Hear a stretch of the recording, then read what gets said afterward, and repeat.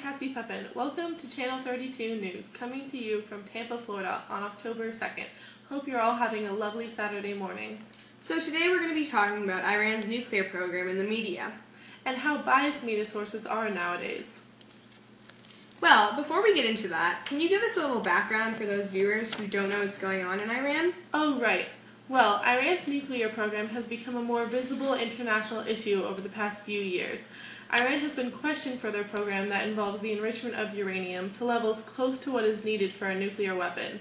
While Iran has stated that its program is meant for peaceful purposes such as medical and energy uses, they have come under suspicion of countries such as the U.S. for not following the regulations set by the UN. And we spent some time researching this in the news in places like CNN and Aljezeera. And was CNN biased or what? CNN was the one source where I found the most bias against Iran. I would say the best example of this was the report on September 29, 2009 by reporter Richard Roth. This CNN report begins by showing the conference that was held between Iran and the press in response to Western accusations that Iran was hiding a uranium enrichment facility. Reporter Richard Roth turns attention towards Ahmadinejad, showing only a clip of the response, and one that reflects poorly upon Ahmadinejad, and then goes on to question Iran's strategy with a sort of sarcasm. We actually informed the agency 18 months ahead of time. Now, is this the right thing to do or the wrong thing to do? I thought we're supposed to be encouraged for taking this action. I didn't know that a group of people should come together and just start voicing out a concern against us. Whole clip. But wow, did anyone else notice how biased the reporter's tone of voice was? And especially how CNN only showed the clip of Ahmadinejad that would inspire anger and irritation in an audience such as us Americans. That clip did seem to focus on negatively portraying Iran. Today we have an expert bias on journalism, Amelia Colton, joining us from New York.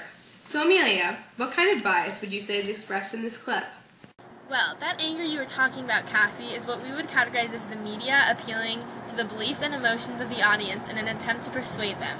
In this clip especially, there is a large attempt to evoke anger, irritation, and suspicion from the audience by portraying Iran as arrogant, as if they don't have to follow the regulations set by the IAEA, and even describing them as deceptive.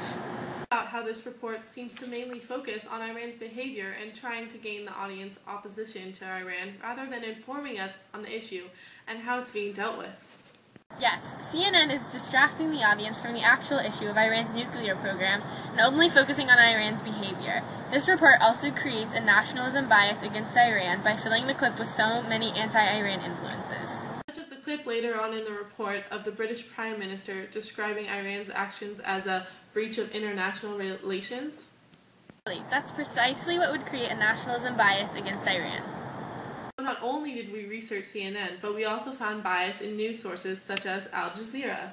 Yes, but unlike CNN, Aljezeera was more anti-Obama and anti-American in their reports on the issue with Iran's nuclear program. In an article from Aljezeera Focus, the writer tries to analyze Obama's efforts to alleviate tensions with Iran's nuclear program, as well as easing the Israeli-Palestinian pressure. The writer instead capitalizes on the negative aspects of Obama, unprofessionally trying to sway the reader.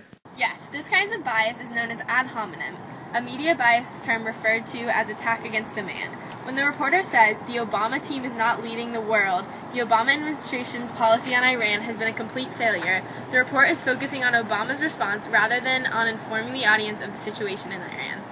So is there any way that we can find a news source that gives us valuable and unbiased information? Well, in fact, there is. After finding it hard to get news we could trust from these two biased sources, we continued to search for a more trustworthy source and discovered the International Herald Tribune and BBC. While the International Herald Tribune did have a few nationalistic issues and often sided with the West, specifically the U.S., it did provide us with valuable facts about the issue. We finally found BBC to be our most unbiased source, and I encourage any viewers interested in this topic to check out some great BBC articles and videos we found. Sounds good, Amelia. Thanks so much for joining us today. See you all next week. Hope you have a wonderful Saturday afternoon.